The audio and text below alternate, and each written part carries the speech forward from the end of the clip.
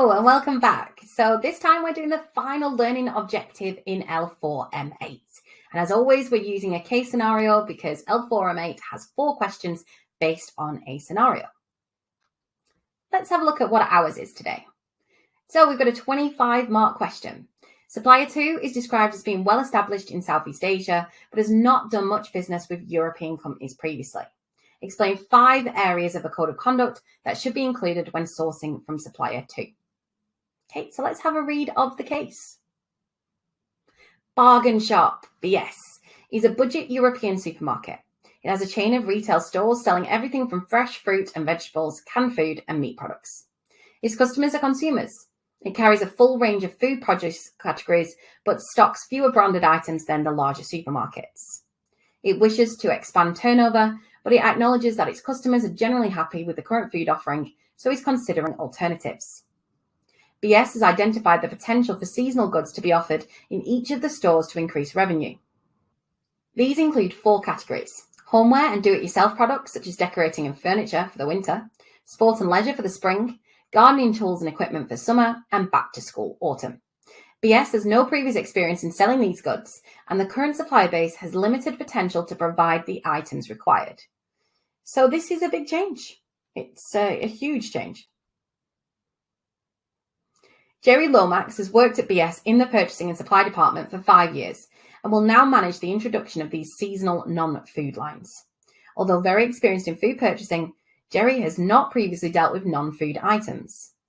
Jerry has recently been set a number of objectives by the supply chain director with the overall aim of managing the appointment of suppliers to fulfill the plan for seasonal non-food goods.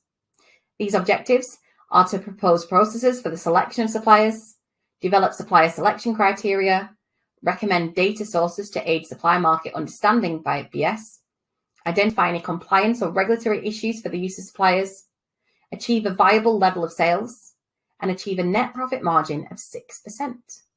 So she's got some very clear objectives. Jerry understands the current sourcing processes used by BS for food products, but realizes that the requirements for non-food categories may need to be treated differently. Jerry decides to focus on an item for sporting goods to help clarify issues: a mountain bike. Jerry quickly identifies 3 potential suppliers from some initial internet-based research. Supplier 1 is a market leader in mountain bikes and supplies to major sporting outlets. It has a solid financial basis, a strong brand reputation, and also supplies online direct. Supplier 2 is well established in Southeast Asia as a general bicycle supplier, but has not done much business with European companies previously. Initial contact indicates that it is very price competitive. Supplier 3 is a firm local to BS's headquarters. It is relatively small, but has been growing steadily over the last 5 years. It is very keen to gain new business and is known for being flexible and responsive. So 3 decent options. As a pilot exercise prior to sourcing the other products, Jerry decides to invite all 3 firms to submit tenders and sends them an invitation to tender that requires details of their health, safety, environmental and quality policy, 3 years financial records, 2 references, site visit agreements, warranty details, and technical specs. After considering the information returned, Jerry finds it difficult to interpret the different responses from the potential suppliers, as there is no standard format adopted by them. Therefore, a decision on which supplier to use cannot be made. So Jerry's made a bit of an error, and you should have sent a standard template. But we need to look back at the question. Supplier 2 is described as being well established in Southeast Asia, but has not done much business with European companies previously.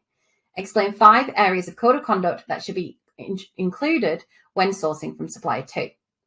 So here I've chosen to define ethics as part of that code of conduct.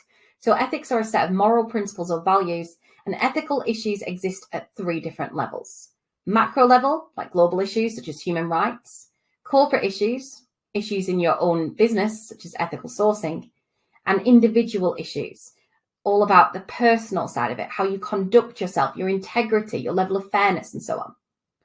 So we're going to start off with our definition as usual. And then we're going to drill into 5 areas that you would expect to see in a code of conduct. So the first one is about the use of information. Deliberately inflating estimates of order size in order to obtain a price that would not have been offered if the true estimates have given, thus is unethical as information provided should be fair. It should be truthful and accurate. So there's usually something about, in any code of conduct, about use of information being truthful and accurate. Especially with a smaller supplier, that could create a real problem for them. Receiving gifts would be something that you'd see in the code of conduct. The giving of gifts and offers of hospitality are among the common courtesies of business dealings. But the problem for us is to decide when such practices amount to attempt to induce favourable sourcing, to make the contract aware, information, or any other sort of favourable treatment, or even a perception of favourable treatment. And obviously with the supplier 2 being in Southeast Asia, because we're going to link it back to the case, they may expect gifts. They may be in a culture that expects gifts or want to give you gifts. All of this needs to be set out in a code of conduct. The next area that you tend to see in a code of conduct is fair dealings. A temptation may be offered, for example, where a supplier or potential supplier makes an error in a quotation or an invoice.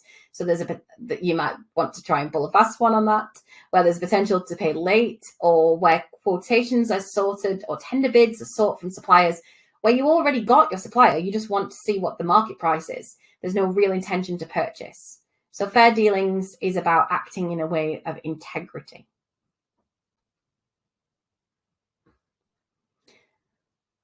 Another area that you might see in a code of conduct is something to do with fraud. So procurement officers need to be aware of the range of activities that may be considered fraudulent, and there should be clearly articulated organisational policies, rules and exceptions in these regards. Larger scale fraud is often carried out by employees working in collusion with suppliers. So such fraud could be as simple as accepting kickbacks and so on. So obviously Jerry's new to this whole area, and it might be that they are Supplier 2 could be used to that sort of process with some of their customers now. And that's something that she would need to set a boundary with and say, this is what we expect you to do. And the final area will be confidentiality. Another key ethical principle is protecting confidentiality of information where appropriate. So confidential information obtained in the course of business shouldn't be disclosed without proper and specific authority, unless there is a legal duty to disclose it. And as BS, bargain shop, aren't necessarily getting anything branded or creating IP, there's less of a risk here, but it's still something that should be in a code of conduct. And remember that this is just a few, like I've just put 5 down here. There are many other things. Look at the CIPS code of conduct and see all of the different things that are in here. Things about modern slavery, bribery, and so on, you could throw in here as well. So these are just a few suggested areas. But do remember that every point you're making, you've got to link this back to the case study, and in this case, bargain shop. So I hope you found that useful. Thank you so much for listening, and catch me back for another constructive response exam question soon. Bye for now.